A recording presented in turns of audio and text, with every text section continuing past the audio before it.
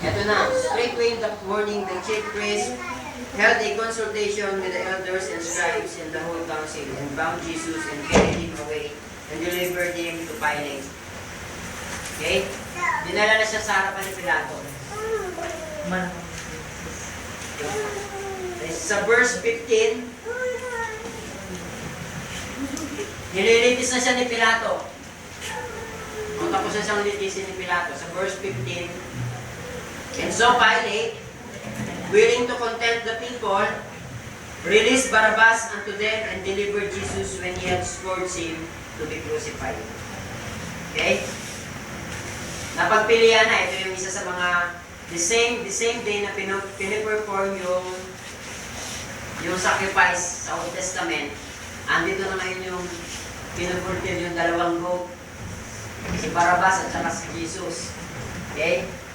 Kinalaya si Barabbas, siya yung nire-represent na scapegoat.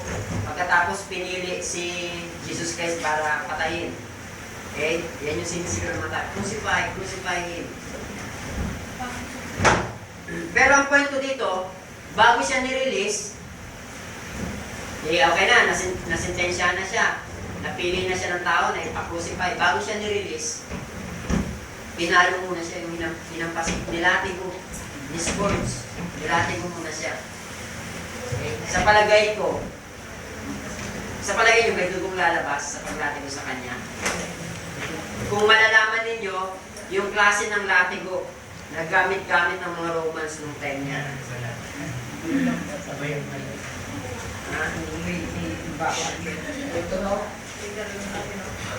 Alam niyo ba yung kung paano pwede natin i-describe yung latigo ng mga Roman soldier dati? Pag pinalo ka, isa raw siyang klase ng bakal na tusok-tusok. Hindi ko alam kung palibot, pabilog-palibot o may pangkawit. Hindi ko alam. Pero once na ihampas mo yan sa tao, bawa sa likod, babahon sa laman. Pag bumahon sa laman, hihilayin ulit. Latigo eh. Ha! Sasama yung laman. Pero ilang beses yun? Ilang beses siya minampas? Merong number of times, depende sa kaso. Okay? Ang paghampas. Sabi mo, mababa na yung 10. 10 gano'n. Kada tusok, kada dukot, may laman na sasama. Okay? Ganun may ginagawa sa penitence ngayon? Hindi Mamumula lang eh. Tsako. Tsako, pwede pa. Mas maganda. Isa nalubid lang, di ba? Tuloy na yun sa tayo. Lubid mo may dahon. Hindi, pagkaano nila guguhitan ng plate. Favorite color. Pakampas. Tapos may taong lalapit. Guguhitan ng plate mo nila. Kunti-kunti lang. Bandit. Kakagubit. Bukas ulit. Sarang lang yun. May konti-kunti na ginuhitan. Kunti-kunti lang naman. Parang ganun lang. Kasi pag inabahan mo yung buko. Ganun lang. Parang kayanin pa nila. Bandis na. Tapos alis na naman yung maguguhit. Tapas na naman sila. Alam ba yan? Lapit na naman. Guhit na naman siya. Pero hindi, si Jesus Christ, ganun ang nangyari. Pakampas, bahon, pakahila, sama yung balat. Pangatlo, sa harapan ni Herod yun at saka ni Pilato. Sa harapan ng mga sundalo, sa Mark 15, ayan, susunod na verse 16. Kasi stages na to eh. Sunod na yung kwento eh. Mark 15 verse 16. Pang-apat na to, di ba? Pang-apat. And the soldiers, ang una, before God, nag-pray si Jesus Christ sa Garden of Gethsemane. Pangalawa, before the Sanhedrin. Pangatlo, before Herod and Pilate. Pang-apat, before the soldier. Okay? Sana pa ng mga sundalo, 15 verse 16. And the soldiers led him away into the hall called Praetorium, and they called together the whole band. Tinawag yung buong mga sundalo present doon. Ano kaya ginawa kay Jesus Christ? Na-fulfilled yung prophecy Sa Isaiah 50 verse 6. Okay, sa harapan ng mga sundalo mo. Isaiah 50 verse 6. Sila pa natin.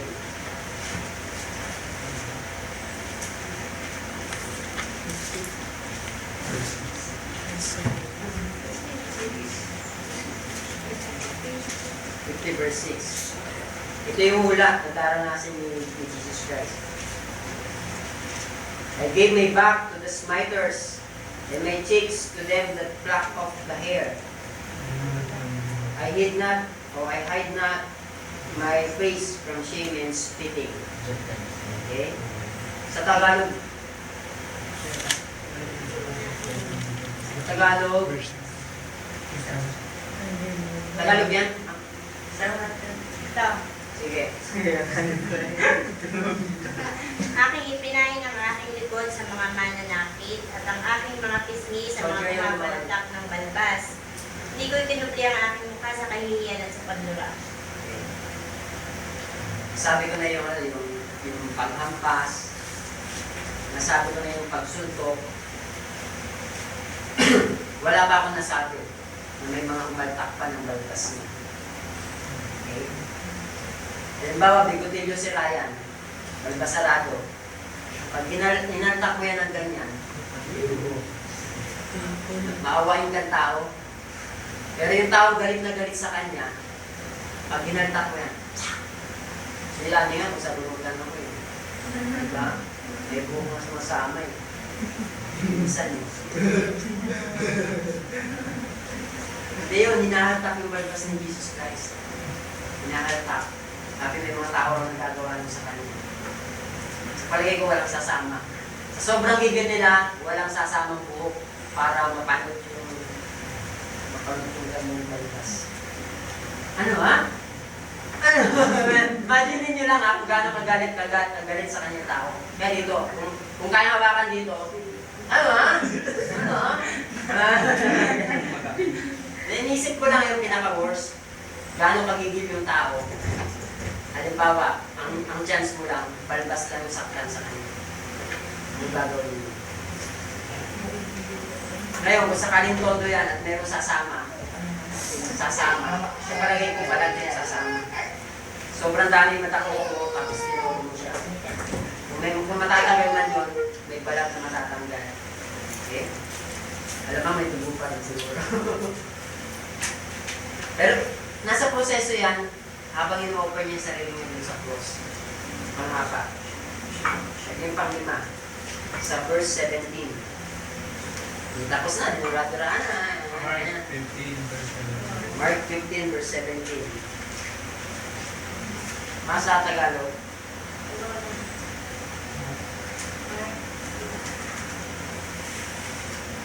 Pang-5. At siya'y kanilang dinamtan ng kulay ube at nang makapagkama ng isang putong na tinik ay ipinutong nila sa kanya. Siyempre, may time pa sila para gumawa ng puto ng tinig. Diba? Siyempre, pagkatapos, siguro pinagpahinga muna nila yung sarili nila sa pagod. Pagod na sila eh. Hindi dahil naawa kay Christ, kundi napagod sila. Pinagpahinga na muna yung sarili nila. Ang exage to, siyempre, exage. Malamang ang pahingang ginagawa nila, nagkama-kama sila ng koronang tinig. Assemble sila ng koronang tinig. At kapag titingin ka ng koronang tinig sa internet, kung anong klase yung pinaka-common, ganyan kahaba. Na ang titibay, parang ang hirap baliin. Ngayon, sa palagay mo ba yung tao kapag pinatong yan sa ulo mo, ay, ikaw ang hari ng mga ulo. Oo, nakaisip ka agad na idea. Diba? Siyempre yung ganyang antitigas na tinik na halos hindi mo nga mabalik, nasala sa labat, hindi mo yan ipapatong ng wire. Kanina mo pa sinasaktan yung tao, gigil na gigil ka eh. Ganun yung paano ka magigil sa isang tao sa palagay mo nagrabyado pa. Tapos nagkaroon ka ng chance na makuwi mo siya. Okay, yun, puro ng tinik. Tama si Atong sa palagay ko, isang bagsak yun. Ay, ng audio! Ano kayo mangyari sa mga anit niya? Ano mangyari sa mga anit niya? Tanggal Diba? Magsisipaso ka yung mga punto siguro. Parasite yun eh, hindi na sila mahirapang malipsit ng dulo. Wakpak yun. Yung anit niya, ang daming sarasarabat, gagawin sa ulo. Malamang wakpak yun. Eh kung lumagpas pa, maluwag. Eh pwede ka mag-imagine. Kung maluwag yung gawa, tapos lumagpas pa sa mukha. Lumusot. Diba inayos ulit? Oh, exam Ay, isipin mo yung exage. Isipin mo yung, okay, isipin mo yung possibilities. Okay? Kaya mo bang sukatin yun? Tapos hindi pa sukat. Mali. Mali pagkalagay. Nice pa. Diba? Nakakatawa siya pero imagine mo si Christ yun na ginagawa nila. At sino si Christ sa iyo ngayon? So, crowning of thorn. Pang-anim, Mark 16 verse 25. Mark 16. Ito, ano to? Stage by stage. Na-imagine nyo ba habang ginagawa niya kay Jesus Christ yung halos ilang oras na yon, magmula nung hulihin siya? Ito naman yung ginagawa ng sacerdote sa loob ng temple. 1, lakad. 2, lakad. Alam niyo ba yung inner room? Hindi lang siya basta ganitong room ha, malaki rin siya. Temple yun eh. Bisig dito, lakad, bisig doon. Lakad, bisig dito. Okay? O kaya yung situbmers, yung taba ng tipan, taba ng tipan yung nandun sa loob. Bisig dito, bisig doon. Okay? Hindi siya basta 1, 2, 3, 4, 5, 6, 7. So, habang ginagawa ko itong talk natin, imagine ko yung comparison ng old at saka nitong pinuputin niya sa Jesus Christ. Okay? Ngayon, sa Mark 15, verse 25, and it was the 3rd hour and they crucified him. Yun lang. Okay? Yun yung pang-anim. Pero ang point dito, yung common na makikita nyo sa internet, yung common na pako na ginamit sa kanya, hindi di 3, hindi di 4. 7 to 8 yata. Ayun, haba yun. Haba. 7 to Maliban sa haba, may thickness pa yun. O gusto mo, kunin mo yung pako dito sa tren eh. Nakakita na kayo ng pako sa tren nung kahoy pa yan? May sample ako nun eh. Malaki yun, minamaso yun. Hindi naman siguro ganun kalaki, pero hindi rin ganun kaliit ng 4. Pero ang sabi, nung nabuhay si Jesus Christ, ay sabi ni Jesus Christ kay Thomas, nung nagpakita siya kay Thomas, Thomas, halika. Para maniwala ka, akin ang daliri mo, ilusot mo sa kamay ko. Imagine niyo kung anong klaseng tao si Thomas. Nakita niyo si Thomas sa picture? Isang tao mataba na ano. At nanood na kayo ng ano, yung totoong pelikula ng ano, ng Holy Week. Tungkol sa buhay ni Jesus Christ sa crucifixion niya. Ang mga disciple niya, baga mga matataba. Mataba pa kay Makoy. Makoy, gano'ng kalaki ang daliri mo? Eh, pero malalaking tao rin yung ano, malalaking tao yung Hudyo. Malalaking tao yung Hudyo. Pagkatapos, ito nga, okay na to, malaki na to eh. Eh, meron pang mas malaking tao sa akin. Gano'ng kalaki yung kanyang daliri. So, anyway, ang point ko doon, ganong kalaking pako yung ginamit, yung pinako si Jesus Christ. Yung pako na kayang-kayang dalhin yung buong katawan niya. Hindi siya maaalis, hindi siya makakawala, hindi siya matatanggal. Okay? Sa palagay ko, walang dugong tumagas. Habang pinapako siya. Hindi, marami. Di ba? Maraming dugo, yun yung panganis. Yung pang-pito, John 19 verse 34. Ito na yung last, John 19 verse 34. Habang nakapako siya sa cross, Father, Son, and Holy Spirit. sabi sa verse 34, bago siya lagutan ng, pakalagot ng kanyang hininga. But 34, but one of the soldiers with a spear pierced his side, and forthwith came there out blood and blood. Okay? Ito na yung pinaka-ultimate yan. Sa konting diferensya nung fulfillment nung sprinkle ng blood. Okay? Sa konting diferensya nun. Pang 7 ba na pinor out yung sprinkle pa rin pagkatapos i-pour out yung nasa basin na blood, or pang 7 na yung buhos na yung sa konting diferensya niya, sa ganito ko siya tingnan yung pang 7 na panghuling buhos ng dugo ni Jesus Christ na totally na-drain. Okay? Pagkatapos ma-drain yung kanyang dugo, pulang dugo, nung tinusok siya, hindi lang dugo yung lumabas, tubig na. Sa sobrang wala ng dugo, sa sobrang pagka-drain ng dugo ni Christ, after ng huling patak ng dugo ni Christ, yung tubig na yung lumabas. Okay? Yun na yung part na yung buong dugo sa pinatay na hayop ng Old Testament ay itatapon na lahat after ng pag-sprinkle ng 7 times. Pero ang explanation pa ng science dito, bakit kaya nasabayan ng napakaraming tubig yung lumabas na tinusok dito sa kanyang tagiliran? Dapat dugo lang. Sa sobrang, pinapaliwanag nila, na sa sobrang hirap na dinanas ni Jesus Christ, halos madrin na talaga yung dugo niya. Pagkatapos, nangyayari yung paglabas ng tubig sa katawan ng tao kapag sobrang hirap na dinanas.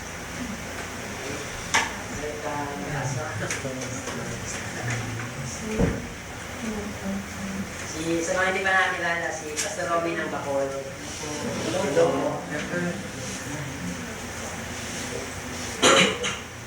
Well, fasting kaya magulo sila.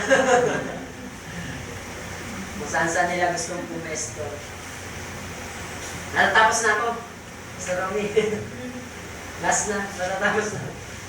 Okay? So yun yung 7 times na in-sprinkle yung blood ni Christ. Yung in-sprinkle yung blood dun sa Old Testament, na ito rin yung stages na actual na ginanap ni Jesus Christ. Yung time na in-offer niya yung sarili niya sa cross. Pinakahuli yung tinusok yung kanyang tagiligas na nagawin ng blood. Okay? So, ganun yung explanation ng science na sa sobrang hirap na dinanas na isang tao, posible na tubig na yung lalabas sa kanya. Dahil na-drain na yung ibang dugo eh. Yan yung tinusok siya. At yun yung nakita ng soldier. Okay? Tapusin natin sa Romans 12 verse 1.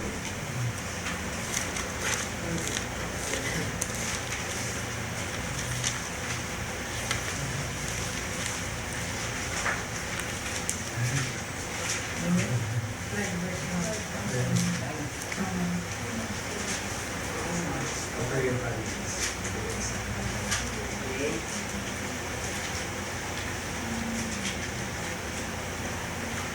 Sabi dito, I beseech you, therefore, brethren, by the mercies of God, that you present your bodies a living sacrifice, holy, acceptable unto God, which is your reasonable service. Sabi dun sa Hebrews na minsan lang mag-offer si Lord, yung offering, yung sacrifice na ginawa niya dun sa cross. Okay? Katulad yun ng pag-offer ng high priest na once a year ginagawa. Pero anong klaseng sacrifice yung dapat nating offer ngayon sa ating mga buhay? Yun yung binasa natin sa Romans. Okay? Tapos na yung Holy Week, pero yung mga tao patuloy pa rin ginagawa yung tinapos ng gawin ni Jesus Christ na minsan na lang niya dapat gawin. Okay? Marami pang nag-i-imitate sa Kanya.